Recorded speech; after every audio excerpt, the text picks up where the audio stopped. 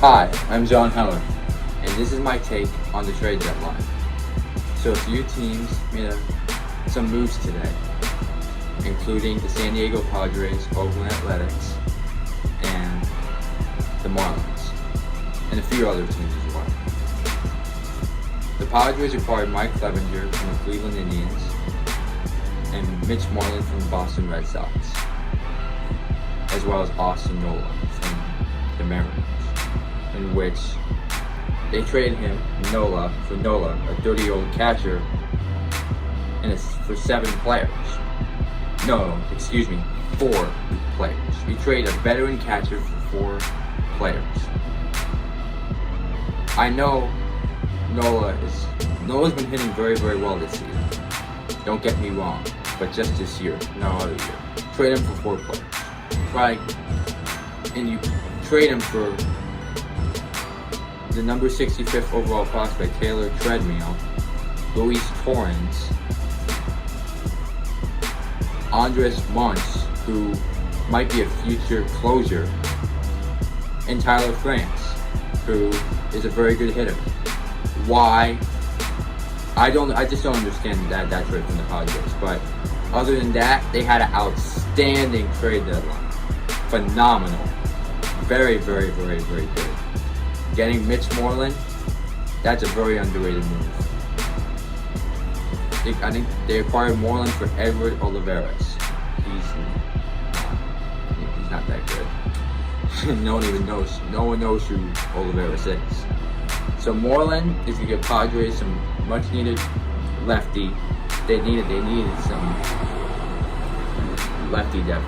Their team is full of right-hand batters, including Will Myers, Manny Machado, Fernando Tatis Jr. Tatis Jr., man, he's so fun to watch. He's hit 14 homers this year in like 40-something games. Incredible. And my mom's a big fan of Tatis Jr. He's really, really fun to watch. Not only offensively, but defensively too. He's slick. Very, very slick. And I give AJ Preller a lot of credit for building the Padres up. A lot of fans have called him out to get fired, and he's proved them wrong.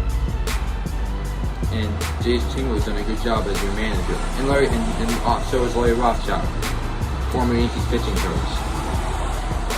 He's been a big improvement to the pitching staff. Paddock, Dilson Lament, and adding Clevenger into that rotation is big.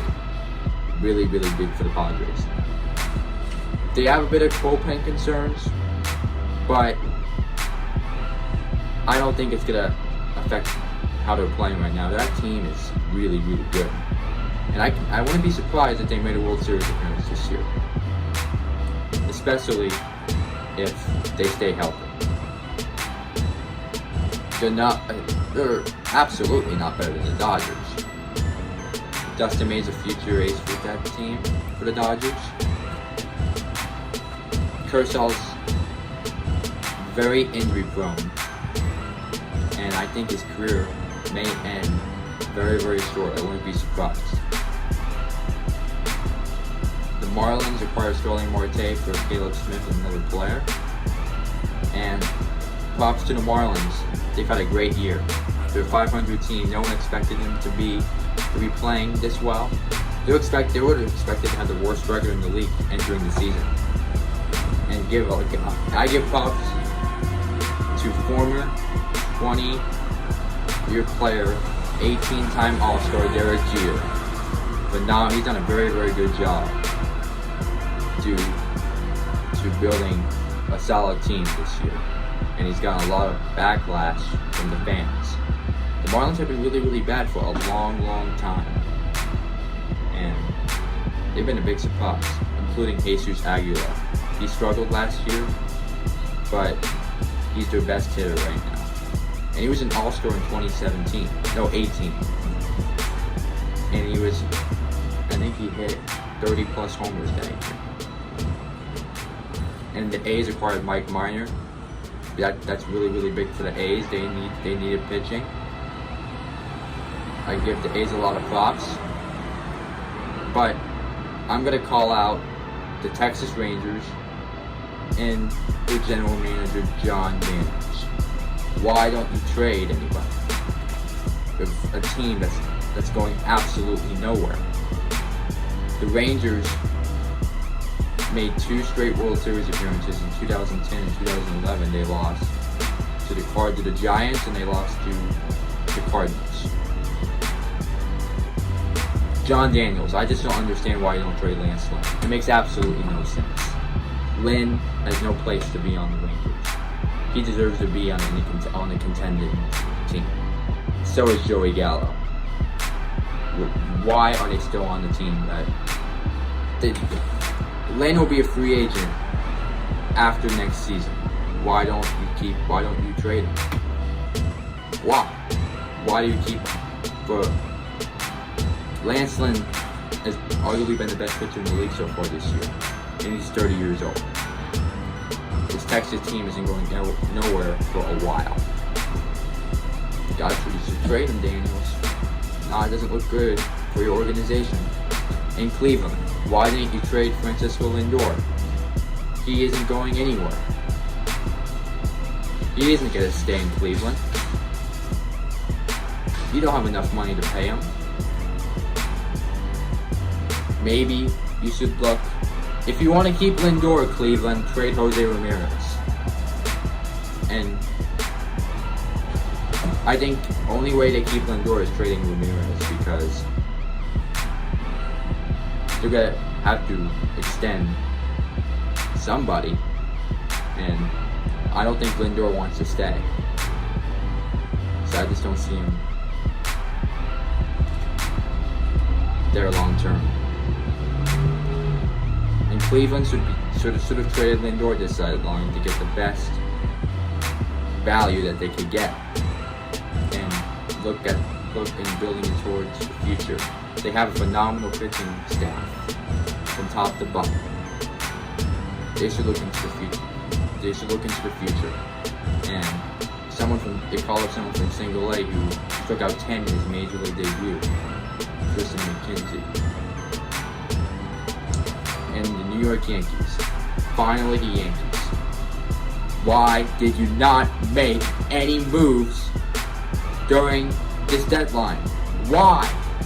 Why didn't you make a move? A single move? He didn't even make one in 2019, and he paid the price. I'm calling out on you, Brian Cashman. You need to be held accountable. And I wouldn't be mad at the fans that want you fired right now. You have been on the job since 1998. You are a 4-time World Series champion. You won 3 straight in your first 3 years, 1998 through 2000. And you finally got one in 2009. But since then, you haven't won a thing. And not only you failed to make the trades that fans want and free agent signings that fans want, until you finally got Garrett Cole. Finally got a big prize starting pitcher. It took so long, and he finally did it. I don't know why Cashman he doesn't deserve this big of a leash. I don't know how he still has a job. Cashman, don't get me wrong, he is a very good general manager. And he has been a big reason of this team's success for a long time. They've made the playoffs almost every year under his watch. But one World Series in the last 20 years, and Cashman, and this is the New York Yankees. This is very rare to see Cashman still having a job. If George was still alive, Cashman would be long gone. But with Hal, doesn't focus on results like George does. Unfortunately, I'm a Yankees fan. And seeing my team have a lot of pain, a lot of postseason struggles. The main reason why I haven't been playing well They haven't won a World Series since 2009. It's been lack of big. They haven't had a big game pitcher since 2009. And this offseason, they finally did it. They haven't had a big game pitcher since CC Sabathia. And he retired after last year. And he was washed. And he finally got Cole. Garrett Cole had almost 400 strikeouts last year. He was on a complete tear. I think he was 20-0 in his last 30 starts. Phenomenal. And also, Cashman, stop with the excuses. I'm sick of the excuses you make on the injury training staff. You got Aaron Judge injured. You got Stanton injured. You got Gleyber Torres injured. You have a lot of players on the injured list. You got Severino on the injured list. And Paxton. And you defend the training staff for all these injuries. And Aaron Hicks, you extended, who was an injury-prone player, to a 7-year, almost $100 million extension, even before he was injury-prone, and you still did it. And now we have to pay the price. And that's why we almost didn't sign Cole, because of that stupid Hicks contract extension. Should have never have happened. That contract made me so upset when I found out. Hicks is a very good player, but extending him long term, especially with the depth on the roster. Clint Frazier, he's got a big future. They'll probably have to trade him because of stupid Hicks. And Frazier is going to be an all-star, and they'll probably have to trade him because of Hicks. It's very, very frustrating.